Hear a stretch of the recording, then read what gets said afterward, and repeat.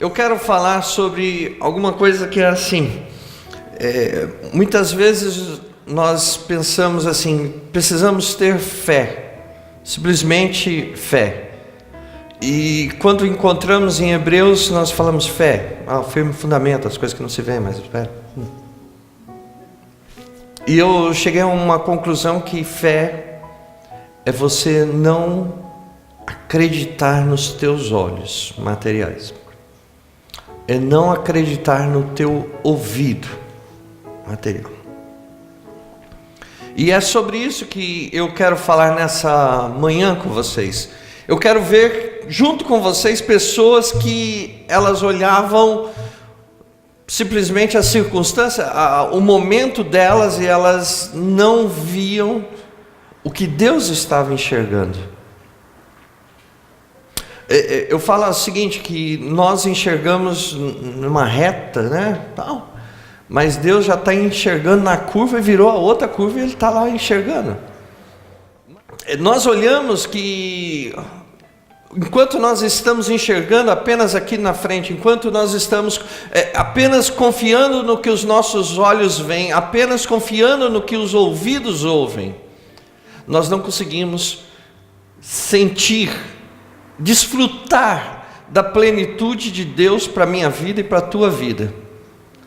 Pois o que Deus tem para a minha vida e para a tua vida, olhos não viram, nem ouvidos ouviram, o que ainda vai chegar até a tua vida.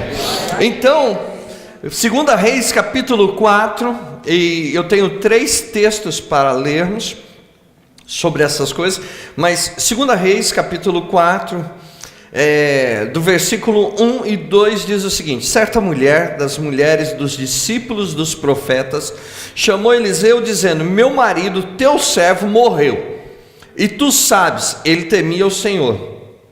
É chegado o credor para levar os meus 2 filhos para serem escravos.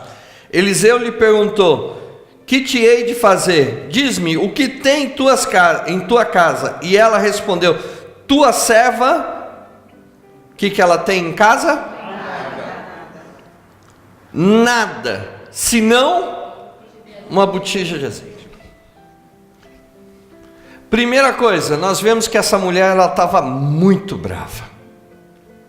Ela chegou para o Paulinho, ela falou assim: você sabe que o meu marido era teu diácono na igreja e agora morreu, escafedeu-se.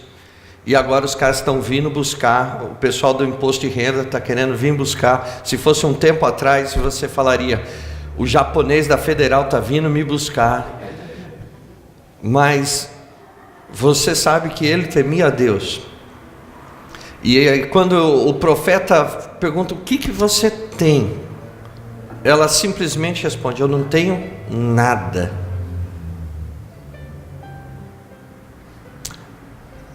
Toda vez que nós temos alguma dificuldade, alguma luta, é mais fácil nós falarmos: eu não tenho nada. Mas nós não conseguimos enxergar o que Deus está vendo. Mas se Deus chegasse nessa manhã, frente às tuas lutas ou às tuas dificuldades, e te perguntasse: o que eu posso usar na tua vida para te abençoar? Talvez a sua resposta nessa manhã fosse: Deus, eu não tenho nada. João capítulo 6, depois a gente vai voltar em 2 Reis, tá? Então, se você quiser, pode deixar aí marcadinho, que daqui a pouco a gente volta. João capítulo 6, João, o Evangelho de João, capítulo 6, versículo 9. Então você vê que esse texto, ele retrata que Jesus, depois de falar com o povo, era Páscoa, ele vira e fala assim para os seus discípulos: escuta, vamos ter que dar comida para o povo hoje. Paulinho, não dá para liberarmos o povo hoje e tal. O que você tem aí? E ele pergunta, Jesus pergunta para os seus discípulos e fala: e aí? E aí o Filipe fala: ei, Jesus, tem nada não, filho. Se a gente juntar todo o dinheiro e mais não sei de quanto aí, lascou. Esse povo aí não vai comer, ainda vai falar que não deu nem para encher a cárie do dente, e vai todo mundo reclamando com fome, né? E aí no versículo 9, ele fala: está aí um rapaz que tem 5 pães de cevada e 2 peixinhos, mas isto o que é para tanta gente? Filipe fala: escuta, tem um rapaz aí com uns pães, uns peixes, mas Jesus, vamos lá, convenhamos, vai. Dar um rolê por cima das águas é bacana, tal, o senhor cura, endemoniado, tal, mas 5 pães, 2 peixinhos, não sei não, Jesus. Isso aqui não é nada. É engraçado como nós olhamos com os nossos olhos materiais e já fazemos o nosso julgamento, apresentamos a causa, já julgamos e condenamos. Assim tem sido na vida de muitas pessoas. Elas próprias, elas apresentam sua causa, mas elas já dão a sentença contrária às suas próprias vidas, porque elas têm olhado com os teus olhos materiais, simplesmente elas têm ouvido com os teus ouvidos carnais, e elas não prestam atenção que quando você vem à casa de Deus, você não busca um ser material, mas você busca um ser sobrenatural. Deus não é material, é sobrenatural. O mundo dele não é material, é sobrenatural. E para que nós possamos também acreditarmos nisso, nós temos que ter fé. E aí nós conseguimos alcançar o mundo sobrenatural. Porque através da morte de Cristo, somos hoje co-herdeiros com Cristo Jesus. Isso quer dizer que não somos servos, mas somos filhos e temos os mesmos direitos que o filho. Porque o servo não sabe nada, mas o filho, o amigo, ele conhece. Então, eu fiquei olhando essas coisas e talvez você fale assim: tá bom, Luciano, 9h20 da manhã e você está falando em comida e já está me deixando com fome. 2 Reis, capítulo 6, versículo 15. Deixe-me contar a história. Essa passagem ela se refere a Eliseu e ela mostra o seguinte: que toda vez que o rei da Síria queria cercar o rei de Israel, Eliseu chegava e falava: escuta, não vai por ali não. Ah, mas como que eu vou fazer? Não vai por ali, que ali está o rei. E isso aconteceu várias vezes, até que o rei da Síria pôs todo mundo dentro da sala e falou: então, eu quero saber quem é o cagueta aqui nesse negócio, que hoje alguém vai morrer. Aí o cara falou: ih, meu senhor, a pegada é o seguinte: ninguém aqui está entregando o que o senhor está fazendo, mas existe um servo de Deus que fala toda vez para o rei de Israel onde que nós vamos estar. Ele falou: então tá bom, se eu não pego o rei, eu pego esse profetinho, esse cara está na minha hoje. E ele manda cercar aonde está Eliseu, né? E versículo 15 diz assim: tendo se levantado muito cedo, o moço do homem de Deus, um rapaz que estava acompanhando Eliseu, eis que as tropas, cavalos e carros haviam cercado a cidade.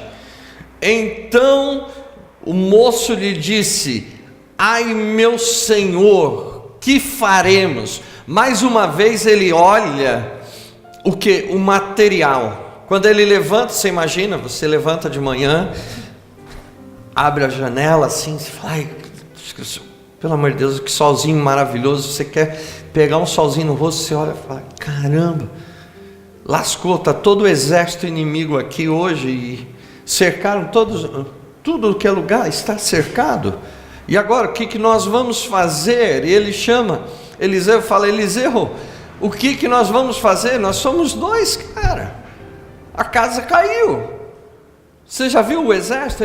Lascou-se tudo, não estamos ferrados, acabou. Deixa eu já começar a fazer meu testamento. Você quer mandar alguma carta para alguém? Eliseu, aproveita agora, porque daqui a pouco já éramos. Então, 3 situações que nós vemos que as pessoas, elas olham. A viúva, quando ela é questionada, ela não tem nada. Jesus, quando questiona os seus discípulos, eles falam, nós temos 2 pães, 5 peixinhos, mas isso não é nada.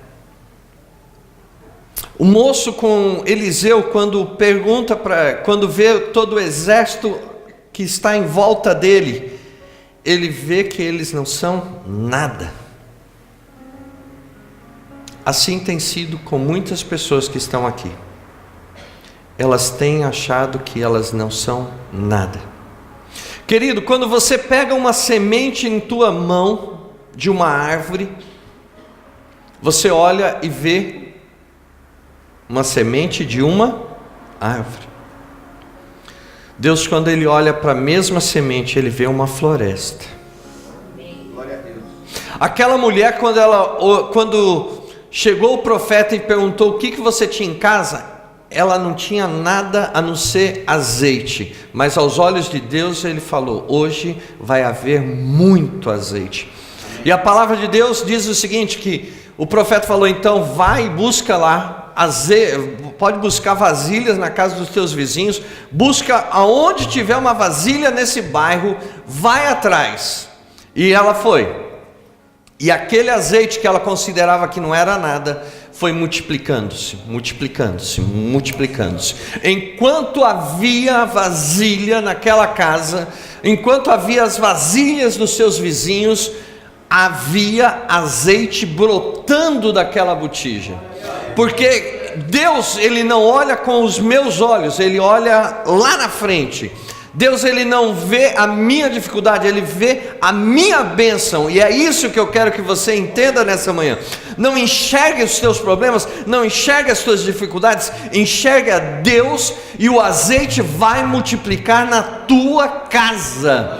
Então Jesus, quando Ele chega para aqueles homens, eles falam, me dá aqui, era tudo isso que eu preciso, eu só preciso de boa vontade. Menino, você pode me dar esses pães e peixes? Ok, toma.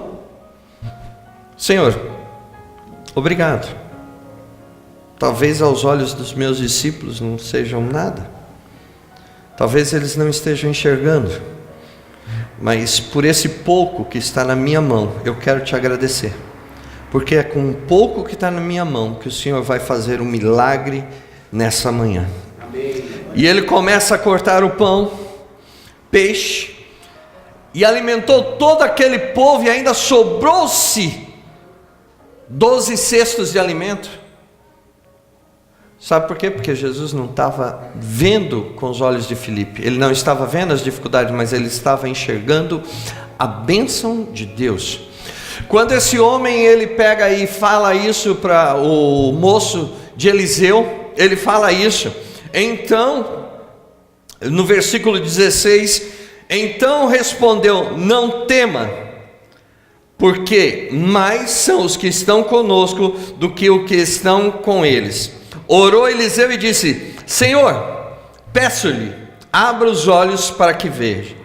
O Senhor abriu os olhos do moço e ele viu que o monte estava cheio de cavalos e carros de fogo em redor de Eliseu. Então ele não estava em minoria, ele estava em maioria. É assim que você tem que começar a enxergar. Não comece a enxergar as suas dificuldades, não comece a enxergar somente as tuas lutas, comece a enxergar o teu Deus. E Ele vai usar aquilo que você de repente despreza, aquilo que você não tem dado valor na tua vida, aquilo que para você é um nada, aquilo que você faz e você de repente acha que isso de nada serve. Eu quero te dizer, Deus quer usar isso na tua vida. Deus, Ele quer fazer o sobrenatural dentro da tua vida. Para isso basta apenas você abrir o teu coração, acreditar. Por que eu estou dizendo você não pode confiar nos teus olhos? Porque às vezes os teus olhos eles vão te mostrar aquelas coisas negativas.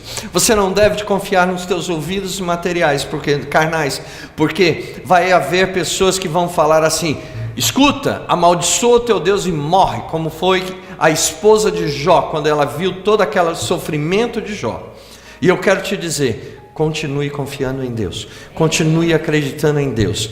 Ele está movendo a mão dele em teu favor, Ele está se movendo em teu favor. Deus está se movendo em teu favor, Deus está se movendo em teu favor, Deus está se movendo em teu favor.